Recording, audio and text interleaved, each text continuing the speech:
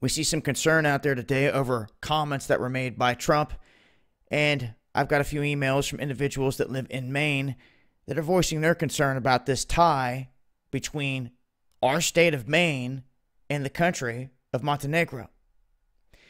Now, in this interview where Tucker Carlson was talking to Donald Trump, he basically asked him, what's up with this country? Why should I send my son to defend this country? Yada, yada. And they're like, yeah. They're part of NATO. NATO was created to stop a Russian invasion. Then they went on to state that a Russian invasion isn't going to happen. It's never going to happen with Europe. You're never going to see it, in so many words. And we could see anything happen out here on the world stage, depending on how they want to swing it and spin it. But per this conversation, they get on this kick about Montenegro in that they are very aggressive, and that backing these aggressive individuals could result in World War III.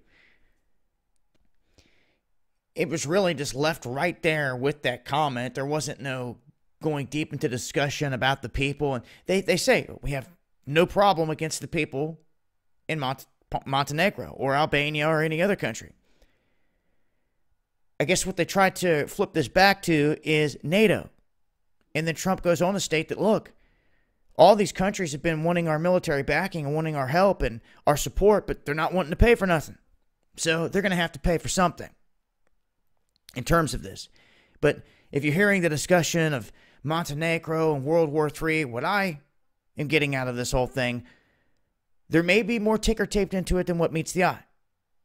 We may see something come down the road. That's why this whole thing was brought up and put into this little interview and dropped on the masses. They do things like that.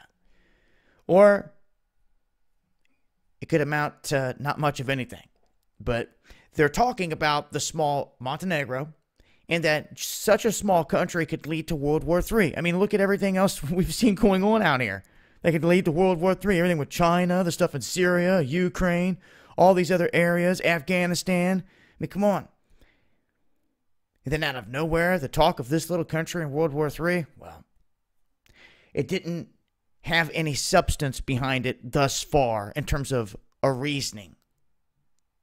But after doing some digging, we find out some very interesting information that many people out there may not be aware of when it comes to Maine. It looks like the governor of Maine was just in Montenegro. And would you believe this? Maine and Montenegro signed an agreement in 2006, just months after the country's independence, as part of a U.S. Department of Defense National Guard state-sponsored program. They're saying that under this partnership, the Maine National Guard has assisted their military with training operations in this newly independent country. Additionally, representatives from Maine have assisted with emergency response, marine patrol operations, and other initiatives in Montenegro. So, are the American people realizing that independent states are striking up independent deals with other small countries and sending our men and women to other places to train and to do things in these countries outside of the normal military apparatus? You're talking about our National Guard troops out of each state, and with this state being Maine. And of course, others could say, okay, we send our troops around the globe all the time doing this and doing that. Yes, that is our troops as a whole. That is our military as a whole. That's not just one state stepping up and saying, oh, we're going to strike up a deal with this country and start sending our National Guard troops there.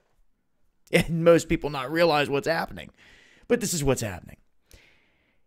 And that's it in a nutshell. I'm going to leave a link. I'll continue to update with more as I come across it. It's been WW7.